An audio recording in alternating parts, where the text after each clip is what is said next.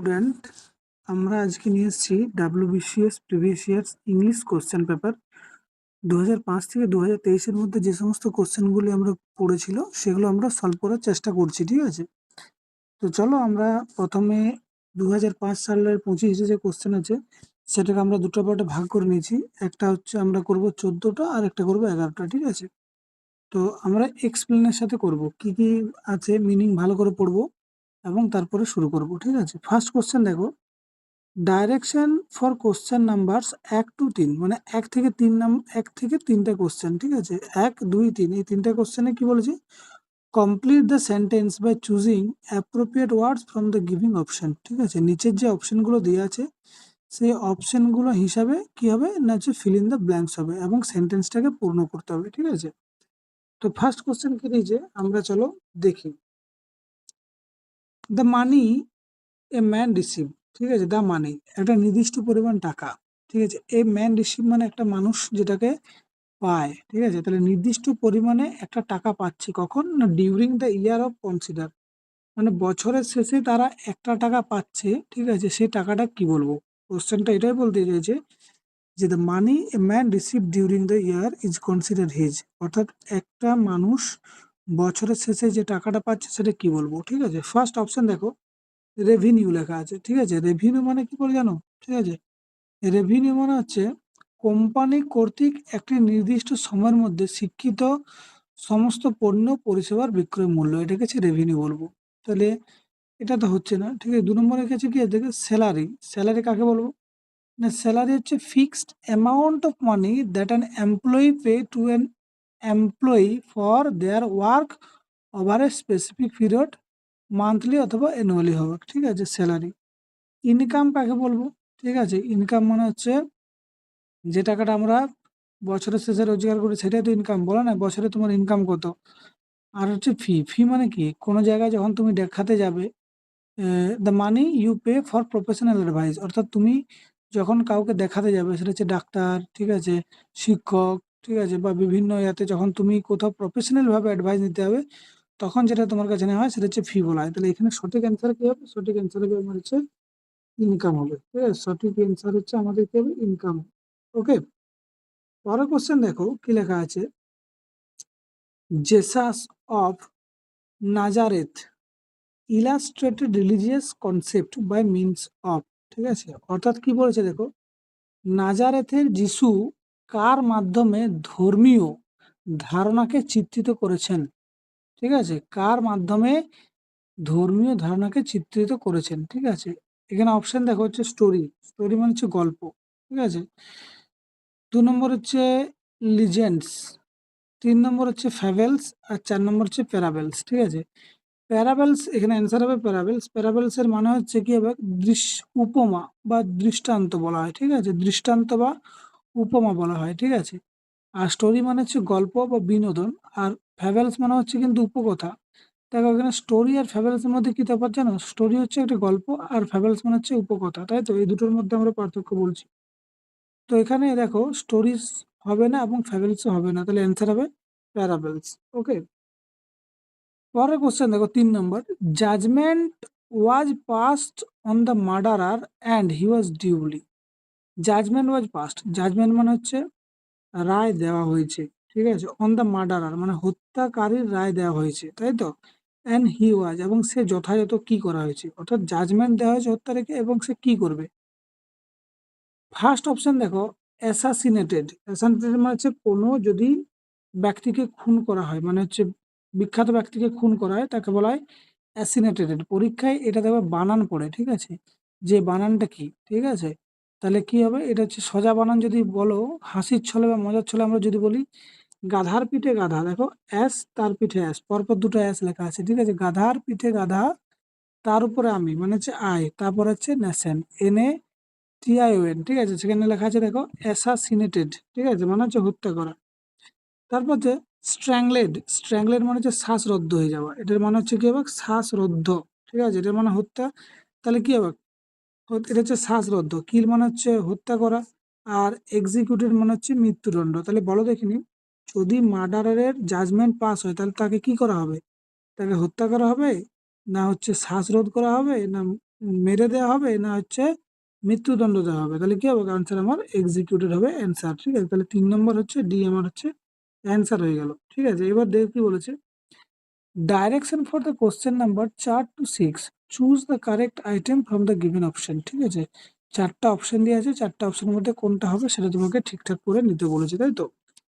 বলেছে that which is not permissible, ঠিক আছে, যেটা কিনা অনুমোদিত নয়, মানে যেটাকে অনুমোদন করা হয় না, ঠিক আছে, পারমিশন দেওয়া হয় না, তাকে কি বলা হয়, এক কথায় বলেছে। ঠিক আছে, রং, রং মানে হচ্ছে তো ভুল, এটা তো হবে না। ইভিল মানে হচ্ছে কি, ইভিল মানে হচ্ছে মন্দ, এটা হবে না। প্রহিবিটেড মানে হচ্ছে বাধা দেওয়া বা নিষিদ্ধ করা, এটা কিন্তু অ্যান্সার হবে। ঠিক আছে, আর ইনপারমানেন্ট মানে হচ্ছে যেটা পার্মানেন্ট নয়, ঠিক আছে, অস্থায়ী, সেটা হবে না। তাহলে কি হবে, প্রহিবিটেড মানে হচ্ছে বাধা দেওয়া। তাহলে that which is not permissible সেটাকে এক কথায় কি বলবো, প্রহিবিটেড বলবো। ঠিক আছে, পরের কোশ্চেন দেখো, one who acquires a bad name is, যার চারদিকে খারাপ নাম ছড়িয়ে গেছে তাকে কি বলবো। ঠিক আছে, ফেমাস তো নয়, ফেমাস মানে হচ্ছে কি, ফেমাস মানে হচ্ছে বিখ্যাত, তাহলে এটা তো আমার হলো না। ঠিক আছে, ইভিল মানে হচ্ছে মন্দ, এটা আমার হলো না। নটোরিয়াস মানে দেখতে হয়, নটোরিয়াস মানে কি, নটোরিয়াস মানে হচ্ছে কুখ্যাত বা অখ্যাতিপূর্ণ।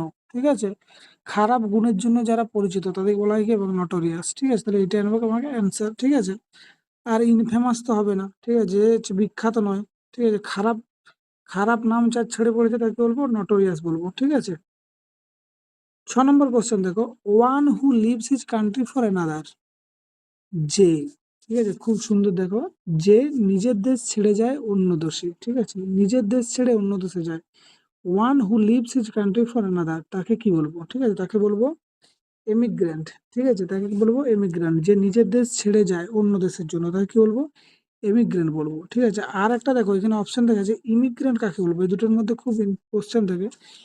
ইমিগ্রেন্ট কাকে বলে জানো, the person who comes from another country to live permanently in another country।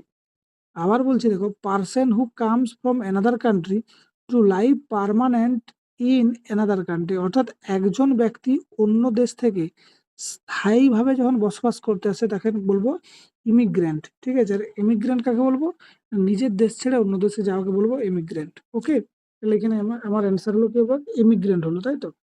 আর এখানে দেখো, এখানে দেখো অপশন দিয়ে আছে। ঠিক আছে, ট্রাইটর মানে হচ্ছে বিশ্বাসঘাতক, এটা তো হবে না। ঠিক আছে, রিফিউজি কাকে বলে জানো, রিফিউজি মানে হচ্ছে কোনো কারণে দেশ ছাড়তে বাধ্য হয়ে যায়। ঠিক আছে, যিনি কি নিপীড়ন বা যুদ্ধের জন্য দেশ ছাড়তে বাধ্য হয়ে যায়, যাকে আমরা যাযাবর বলি। ঠিক আছে, তাকে আমরা কি বলবো, রিফিউজি বলবো। তাহলে 6 নম্বরের অ্যান্সার হলো হচ্ছে কিন্তু আমার সি। এগুলোই পরীক্ষায় দেবে, কোশ্চেন ঘুরে ফিরে আসছে। ঠিক আছে, নেক্সট কোশ্চেন দেখো কি বলেছে, direction for the questions number 7 to 9, complete the following proverbs with word chosen from the those below. প্রভাব বলেছে। ঠিক আছে, প্রভাব পরীক্ষায় খুবই একটা ইম্পর্টেন্ট পার্ট। ঠিক আছে, তাহলে প্রভাবগুলো কিন্তু আমাদের অবশ্যই জানতে হবে। দেখো কি বলেছে, বলেছে ডোন্ট জাজ এ বুক বাই ইটস, কি হবে, কাভার হবে। ঠিক আছে, কি হবে, অ্যান্সার হবে আমার কাভার হবে। অর্থাৎ বাংলায় বলেছে বাহ্যিক রূপ দেখে কাউকে বিচার করা উচিত নয়, এটার বাংলা। ঠিক আছে, ডোন্ট জাজ এ বুক বাই ইটস কি হবে, কাভার, অর্থাৎ বাহ্যিক রূপ দেখে বিচার করা কিন্তু উচিত নয়। ওকে, পরের কোশ্চেন দেখো কি আছে, বলছে ডেটস আর বেটার দেন ওয়ার্ডস। ঠিক আছে, ডেটস আর বেটার দেন ওয়ার্ডস, অর্থাৎ কাজ, ডেটস মানে কি, কাজ। ঠিক আছে, অর্থাৎ কথার থেকে কাজ বেশি করো। ঠিক আছে, ডেটস আর বেটার দেন ওয়ার্ডস, এগুলো কিন্তু তোমরা কি করবে, মুখস্থ করে নেবে। ঠিক আছে, তাহলে কিন্তু তোমাদের সুবিধা হবে। পরের কোশ্চেন দেখো কি বলেছে, don't count your chickens before they are dash. ঠিক আছে, অর্থাৎ মানে ডোন্ট কাউন্ট ইউর চিকেনস, ঠিক আছে, তুমি মুরগি গুনবে না যতক্ষণ না পর্যন্ত কি হবে, যতক্ষণ না পর্যন্ত তারা ডিম পাড়বে। ঠিক আছে, তাহলে কি হবে, হ্যাচেট হবে, HATCHED। ঠিক আছে, এটাকে ডিম পাড়া। তাহলে অ্যাকচুয়ালি তোমাকে এটা বলতে চেয়েছে বাস্তবে যা ঘটেনি তা নিয়ে পরিকল্পনা বা অনুমান করা উচিত নয়, তাই তো। Don't count your chickens before they are hatched, অর্থাৎ তোমার মুরগি ডিমেই পারলো না তার আগে তুমি চিন্তা ভাবনা করে বসে আছো, তাহলে হবে কি, হবে না। তাহলে এটাই বলেছে বাস্তবে যা ঘটেনি তা নিয়ে পরিকল্পনা বা অনুমান করা উচিত নয়। ঠিক আছে, 9 নম্বর কোশ্চেন চলে গেল। এরপর আমরা আসবো 10 নম্বর কোশ্চেন। কি বলেছে দেখো, বলছে direction for the question number 10 to 12, from the given option choose the word nearest meaning to this underline. এই যে নিচে যে কোশ্চেনগুলো দেওয়া আছে তার যে আন্ডারলাইন করা আছে সেই কোশ্চেনগুলোকে তোমার বলতে হবে যে নিয়ারেস্ট মিনিংটা কি কি আছে। ঠিক আছে, বলছে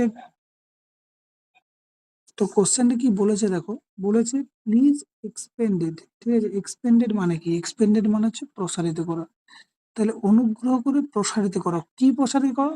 ইওর কমেন্ট্রি। কমেন্ট্রি মানে কি? কমেন্ট্রি মানে হচ্ছে ব্যাখ্যা বা ভাষ্য বলা হয়। On the text. ঠিক আছে, এই টেক্সটের উপরে তোমার কি করো না ব্যাখ্যা প্রসারিত করা, মানে বেশি করে বলো আর কি। ঠিক আছে, তাহলে এখানে দেখো ইনক্রিজ মানে বৃদ্ধি করা, এখানে বৃদ্ধি করার কথা বলছে না তো, আমাকে যেহেতু এক্সপেন্ড বলেছে মানে প্রসারিত করার ক্ষেত্রে বলেছে, তাহলে এক্সপেন্ড ইনক্রিজ তো হবে না। ঠিক আছে, অ্যাম্প্লিফাই মানে কি? অ্যাম্প্লিফাই মানে হচ্ছে প্রসারিত করা। ঠিক আছে, অ্যাম্প্লিফাই মানে কি? প্রসারিত করা। তাহলে আমার অ্যান্সার হলো অ্যাম্প্লিফাই। এক্সপেন্ডের নিয়ারেস্ট মিনিং হচ্ছে অ্যাম্প্লিফাই, তাই তো। এনলার্জ মানে কি? এনলার্জ মানে হচ্ছে বড় করা। ঠিক আছে, এটাও হবে না, বড় করতে বলছে না তোমাকে। আর ম্যাগনিফাই মানে হচ্ছে বড় করা, তাহলে বড় কথার কথা বলছে না, এখানে বলছে প্রসারিত করা। তো অ্যাম্প্লিফাই হচ্ছে আমার অ্যান্সার।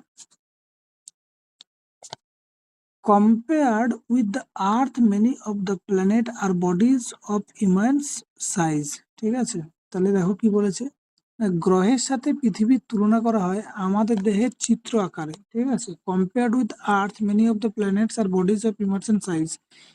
এই যে বলেছে ইমার্স, ঠিক আছে, এইটার মানে কি? ঠিক আছে, এর মানে হচ্ছে কি হবে না, হচ্ছে বড়, বিশাল। ঠিক আছে, এটা কি হবে? বিশাল হবে। ঠিক আছে, তাহলে এখানে দেখো আমার কি কি অ্যান্সার দিয়েছে আমার দেখো, এখানে হিউজ। হিউজ মানে হচ্ছে কি হবে? বিশাল। ঠিক আছে, তাহলে আমার অ্যান্সার কি হবে? হিউজ। লার্জ মানে বৃহৎ, বৃহতের কথা বলা নয়। বিগ মানে বড়। আর ভাস্ট মানে হয় এখানে কিন্তু হবে না। ঠিক আছে, ভাস্ট মানে হয় কিন্তু আমার এখানে হবে না। তাহলে কি হবে? আমার অ্যান্সার হচ্ছে, তাহলে ভাস্ট মানেও কিন্তু কি আমার হবে এখানে না, হচ্ছে অতি বিশাল। ঠিক আছে, তাহলে আমাকে শুধু বলেছে ইমেন্স মানে হচ্ছে বিশাল, তাহলে এখানে হবে আমার অ্যান্সার কি হবে? হিউজ হবে। ঠিক আছে, পরের কোশ্চেন দেখো কি দিয়েছে।